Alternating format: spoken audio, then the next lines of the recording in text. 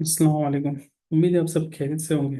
आज 16 अक्टूबर 2024 है। आज की हमारी प्रेजेंटेशन बेसिकली मुख्तलिफ शेयर्स को कवर करेगी, जिस पे मुझे काफ़ी लोगों ने पूछा था, तो मैं उस पर कवर करूंगा इंशाल्लाह। पहले मार्केट की बात करें, मार्केट आज 300 350 पॉइंट स्टिल पॉजिटिव रही, और एक्सपेक्टेशन ये पॉजिटिव रहेगी। इन्फ्लेशन रेट भी नीचे आ रहा है और इंटरेस्ट रेट भी कम हो रहा है, तो मैं समझता हूँ मजीद नीचे होगी। और इस साल इन्वेस्टमेंट भी काफ़ी इन है पाकिस्तान में, तो इस हवाले से मुझे लगता है still a positive sign. Plus recently जो आईपीपीज के कॉन्ट्रैक्ट कैंसिल कर रही है गवर्नमेंट, तो ये बेसिकली आईपीपीज के लिए तो नेगेटिव है, लेकिन गवर्नमेंट के स्टेप्स पॉजिटिव है फॉर इकोनॉमिक पर्पस। तो मैं समझता हूँ कि सब चीज़ें पॉजिटिव चल रही है, तो इसलिए मार्केट ऊपर जा रही है। अब इस दौरान करना क्या क्या चाहिए, किसके शेयर में हाथ डालना चाहिए? सबसे पहले अब बेसिक आपको क्लियर इंडिकेशन दूँ, जो चीज़ बढ़ रही है और बढ़े पे बढ़े जा रही है, उस पर मेरा नहीं ख्याल उसमें हमें लगाना चाहिए। और उसमें बड़ा केयरफुल होकर शेयर खेलना चाहिए। उस तरह के शेयर्स में अगर आप शॉर्ट टर्म के लिए बाई करें, लॉन्ग टर्म के लिए हमारे शेयर अभी भी वही हैं, कोई चेंज नहीं आया। हप्को को मैंने लॉन्ग टर्म से निकाल दिया बिकॉज ऑफ इस एग्रीमेंट, ऑल्दो मैंने इसमें ज़रूर थोड़ा पोर्शन रखा हुआ है अपने हप्को में। उसकी सीधी सीधी बेसिक वजह ये समझ देते हैं, बेसिक वजह ये कि इसका आईपीवी कॉन्ट्रैक्ट कैंसिल हुआ। अब इसकी जो सोल सोर्स ऑफ इनकम जो बची है वो अदर इनकम है और सब्सिडी इनकम है। तो मैं समझता हूँ उस इनकम के हिसाब से इसकी शेयर की वैल्यू 100 रुपये, मैं नहीं समझता कोई इतनी ज़्यादा खास है। ऑल्दो कंपनी लॉन्गर टर्म में बना लेगी पैसा, लेकिन फिलहाल मैं समझ समय मैं रिस्क को थोड़ा सा अवॉइड करूंगा।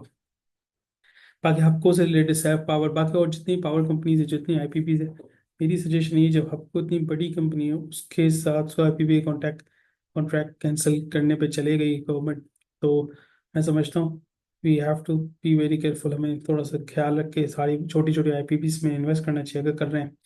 और अगर उसमें ना करें तो बेहतर है, अल्टरनेट बहुत सारे स्टॉक मौजूद हैं। तो ये हपको का था। हपको वैसे 94 पे मैंने थोड़ा सा बाय भी किया था बाय द वे, तो फिर मैंने आज इसको सेल करके बिल्कुल short 4 to 5% of my portfolio is this को। तो मैं समझ उसको कम करके कोई मसला नहीं, और बहुत से स्टॉक है। दूसरा, लोगों ने सवाल पूछा था मारी पैटर्न, भाई मारी पैटर्न में क्या करा जाए, बोनस के बाद एडजस्ट होकर क्या किया जाए? सबसे पहले इसकी बोनस की याद दिलाऊं, उसने 800% बोनस दिया था। और फाइलर और नॉन फाइलर से बोनस के ऊपर जो टैक्स बनता है वो रोक लिया। ऑल्दो बोनस पे जो टैक्स लगाया गवर्नमेंट ने, मैं आई थिंक उसके फेवर में नहीं हूँ, क्योंकि ऑलरेडी जब बोनस शेयर मिलता है तो शेयर की वैल्यू रिड्यूस हो जाती है, तो इफेक्टिवली शेयर होल्डर को फायदा नहीं होता। तो जब फायदा नहीं होता उसके ऊपर गवर्नमेंट टैक्स लेगी, तो आई थिंक मुझे लगता है कि सही नहीं है। वो एक अलग टॉपिक है, लेकिन फिलहाल अब उस पर क्या करना चाहिए, इस वैल्यू पे बाय करना चाहिए। मैं समझता हूँ अगर 400 तक का मिल जाए, इवन इस प्राइस पे बुरा नहीं है, अच्छा शेयर है। प्लस इसकी ये बात है कि इसकी अच्छी खासी होल्डिंग गवर्नमेंट के पास भी है और फौजी फाउंडेशन के पास भी है। तो विद दैट इन माइंड मैं समझूंगा कि इसको लॉन्ग टर्म में रखना चाहिए। इस शेयर वैल्यू पे भी रख लेना, बाय कर लेना चाहिए, इसके नीचे वैल्यू पे मिले तो वेरी गुड। 405 टाइम मिले, बहुत अच्छा शेयर है। अच्छा, दूसरा शेयर पोल के बारे में लोगों ने बोला, भाई पोल पे अब क्या करें? पोल तो अब हमारी बैटल से बहुत आगे निकल गया। आई थिंक अब जब जैसे ही इसने बोनस शेयर इशू किया मारी ने, तो पोल की ऑब्वियस ईपीएस अब मारी से डेफिनेटली ज़्यादा है और होगा उसकी। मैं समझता हूँ अब पोल को क्या करना चाहिए। पोल मैं समझ मुझे ऐसा लगता है पोल थोड़ा सा नीचे मजीद जाएगा, बट अगर आप लॉन्ग टर्म पे हैं, जिसमें ऑब्वियसली आपने लॉन्ग टर्म पे है, तो आपने 400 450 500 पे लिया होगा, तो उसमें रहें, इसमें मसला नहीं है। लेकिन मुझे लगता है थोड़ा सा मजीद करेक्ट कर सकता है, लेकिन इसका ये मतलब नहीं है उस पर सेल आउट कर दें। I think still good for long term, जिसको बाय करना थोड़ा रुक के फिर ले लें। अभी ये एक्स डिविड हुआ है आज। बाकी इसके अलावा और मारी और पोल में अगर कंपैरिजन किया जाए, मैं स्टिल मारी को प्रेफर करूंगा। पहले मैं दोनों को इक्वली प्रेफर करता था, लेकिन अब मारी को प्रेफर करूंगा। क्यों? इसकी वजह ये, मारी के बहुत सारे प्रोजेक्ट्स इन प्रोडक्शन फेज में। प्रोजेक्ट्स से मुराद ये, जिस तरह से ड्रिलिंग कर रही है मारी पेट्रोलियम, तो वो प्रोडक्शन फेज है में। कोल के कम प्रोजेक्ट्स प्रोडक्शन में, ज़्यादा प्रोजेक्ट ड्रिलिंग फेज में है। तो इसलिए मुझे लगता है मारी के पास आने वाले 2 साल इसके लिए अच्छा है कंपनी की प्रॉफिटेबिलिटी के हवाले से, पोल के कंपैरिजन में। ऑल्दो पोल भी अच्छा है, लेकिन पोल के कंपैरिजन मारी बेहतर है प्रोडक्शन के ऑपरेशन के हवाले से। हमारा नेक्स्ट स्टॉक था कैपको। कैपको आज नीचे आ गया क्योंकि इसका एक्स डिविडेंड में 4 4.5 रुपये डिविडेंड अनाउंस किया था, जिसकी आज एक्स डेट थी, तो इस वजह से नीचे आ गया।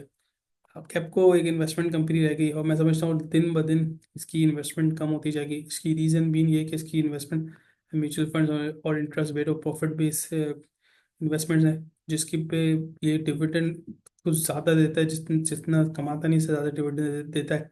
तो मतलब ये है कि अपना प्रिंसिपल अमाउंट हर बार थोड़ा थोड़ा निकालता है और डिविडेंड को दे देता है। तो मैं समझता हूँ इज़ अ रॉन्ग स्ट्रेटेजी। तो एज अ कंपनी वाइज अच्छा नहीं है। प्रॉफिट है, आई थिंक इसको टेक ऑफ कर दें, इसको अपने स्टॉक से बाहर कर दें। और उसका आईपीवी का डेफिनेटली कॉन्ट्रैक्ट रिन्यू होने का फिलहाल नज़र नहीं आता।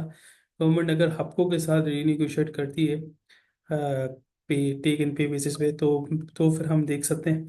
लेकिन अगर हपको के साथ रीनिगोशिएट नहीं करती तो टेक इन पे, तो मुझे लगता है इसमें तो बिल्कुल चांस नहीं है हपको का। Next in my list is Miller tractor. अच्छा, मिलर ट्रैक्टर में मुझे काफ़ी लोग बोल रहे हैं मैं क्यों बाय कर पा रहा हूँ, क्यों बाय कर। भाई सीधी सीधी बात है, मिलर ट्रैक्टर ने खुद ने अपने रिसेंट अनाउंसमेंट में बताया कि भाई हमारे हमारा शेयर हम लोग डिविडेंड नहीं दे रहे, क्योंकि एग्रीमेंट के अकॉर्डिंग हम नहीं दे सकते जब तक गवर्नमेंट अप्रूव ना करे इनकी एक्विजिशन को। रिसेंटली इन्होंने मतलब अपनी सबसे एंटिटी अक्वायर की मर्जर की रिक्वेस्ट डाली थी, और उसका अप्रूवल गवर्नमेंट के लाहौर हाई कोर्ट के थिंक पार्ट पे पेंडिंग है। तो जैसे ही वो अप्रूव हो जाएगा तो ये डिविडेंड दे सकेंगे, ऑल्दो उनके प्रॉफिट बहुत ज़बरदस्त है। तो ये सिर्फ वो सिर्फ रुके हुए इसीलिए हैं कि अप्रूवल मिले तो डिविडेंड दे। तो मैं समझता हूँ कि ये चीज़ अब लॉन्ग टर्म जो ओनर होता है, लॉन्ग टर्म शेयर होल्डर होता है, वो ये नहीं देखता कि रुके हुए क्यों है। मैं समझता हूँ रुके हुए हमें रीज़न पता है, वजह पता है, तो I think is a good. आप इसको होल्ड करें फॉर लॉन्ग टर्म। अचानक से दे सकता है डिविडेंड अनाउंस करे तो उसमें इसमें रहना चाहिए, इसमें डट के सेल आउट नहीं करना चाहिए। अगर कोई इन नहीं है इसमें तो मैं समझता हूँ is very good price got in to this share. मैं 515 पे आई थिंक गया था जब अचानक से न्यूज़ आई थी कि ऑपरेशन बन गया, तो मैंने लिया था 515 या 16 पे, टॉप अप किया था सॉरी। मैं एक्चुअल मैंने जो बाय किया था 580 590 पे भी किया हुआ है। तो नॉट अ प्रॉब्लम, अच्छा डिविडेंड देगा। I think that's it. यही मेरे शेयर के हवाले से। बाकी पावर कंपनी के हवाले से जनरली सबका काफ़ी सवाल होता है भाई, सीधे सीधे जवाब ये पावर कंपनी के जितनी भी आईपीपी है उसमें थोड़ा सा केयरफुल हो के फिलहाल न्यू इन्वेस्टमेंट ना करें। अगर करंट इन्वेस्टमेंट है तो उसको आप गेन बुक करके दूसरी शेयर्स पे मूव करें। बहुत सारे स्टॉक अच्छे स्टॉक मौजूद हैं, गवर्नमेंट के काफ़ी सारे स्टॉक मौजूद हैं। फॉर एग्जाम्पल नेशनल बैंक हो गया हो, अगर बैंक में इंटरेस्ट है, ओजीडीसी हो गया है या पीपीएल हो गया। क्योंकि अब गवर्नमेंट थोड़ी सी इंप्रूव कर रही है तो मैं समझता हूँ इसके रिसीवेबल्स पे ज़रूर कोई ना कुछ काम होगा। और विद इन ईयर बहुत इंप्रूवमेंट देखेंगे हम इन इस गवर्नमेंट बेस्ड कंपनी की डिविडेंड में, dividend distribution. I think that's it. ये मेरा व्यू था शेयर्स के हवाले से। कोई चीज़ मिस आउट की तो मुझे बताया, इंशाल्लाह मैं कवर करूँगा अपनी नेक्स्ट वीडियो में। जज़ाकल्लाह, अस्सलाम वालेकुम।